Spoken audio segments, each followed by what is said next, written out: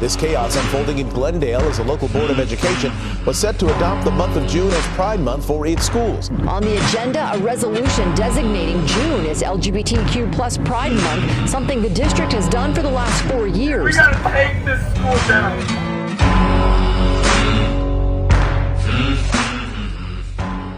Our democracy is under a covert attack from a small but loud group of well-organized, hateful fanatics. Sometimes they are in plain sight. 161 Republicans voted to get rid of the Department of Education. And sometimes they're hiding in our own backyards. My name is Jordan Henry.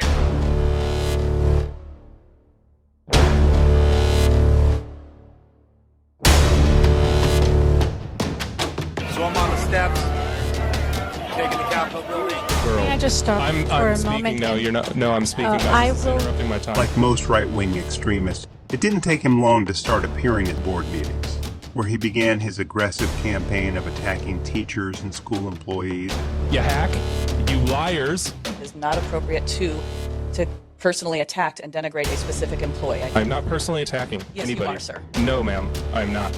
You, Ingrid, a radical Marxist, you may think that you can't do a goddamn thing about it, but you can. Clearly you can. To refrain from personal attacks. So please. She is a government official. She's a government employee. This is not a personal attack. I pay her salary. You can count your educators, quote unquote, with radical Marxist Ingrid, Talia, wrongfully accused Ray and me of being Nazis. Try to keep it professional. I've already told you what I'm doing, and I'm making that very clear, and I'm not going to change. I'm here to talk as a parent. Mr. Henry, you're a parent in Glendale Unified School District? Yes, I live in La Crescenta. I have a son who's 2 years old. Under the guise of being a concerned parent of Glendale, despite not having a child in the Glendale school system. Like other extremists, he first tests the waters to see which talking point will generate the, quote, outrage he desperately needed to push his hateful agenda. Anti-biased education. Different pronouns, grooming them. Totalitarian regime. Marxist radicals. Critical race theory. Gender transition. Antifa. While at the same time, cherry-picking materials, using misleading rhetoric. Critical race theory practice that you yourselves are practicing. Critical race theory is not taught in elementary schools or middle schools or high schools. It's a method of examination taught in law school, but cultural warriors are labeling any discussion of race, racism, or discrimination as CRT to try to make it toxic.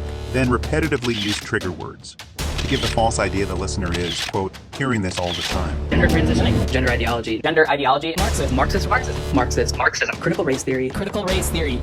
Why is this happening, though? This is sadly not a new story. Attacks on the freedoms of marginalized groups by extremists under the lie of being, quote, patriots has a long history. It is essential for the extremists to control the narrative by any means.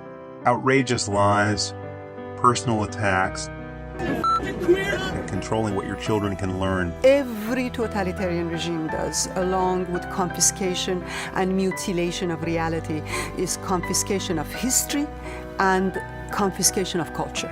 In controlling what children are being taught in schools, they can shape future generations to only know an America where minority groups are criminal, where diversity and inclusion are dirty words. And empathy for our neighbors does not exist, but that is not who we are as Americans. Although right-wing extremists have had some success in bullying and silencing those of us who speak the truth, we will not go away and we will not give up ensuring that our democracy, the true spirit of America, is not hijacked by a small but loud group of hateful cowards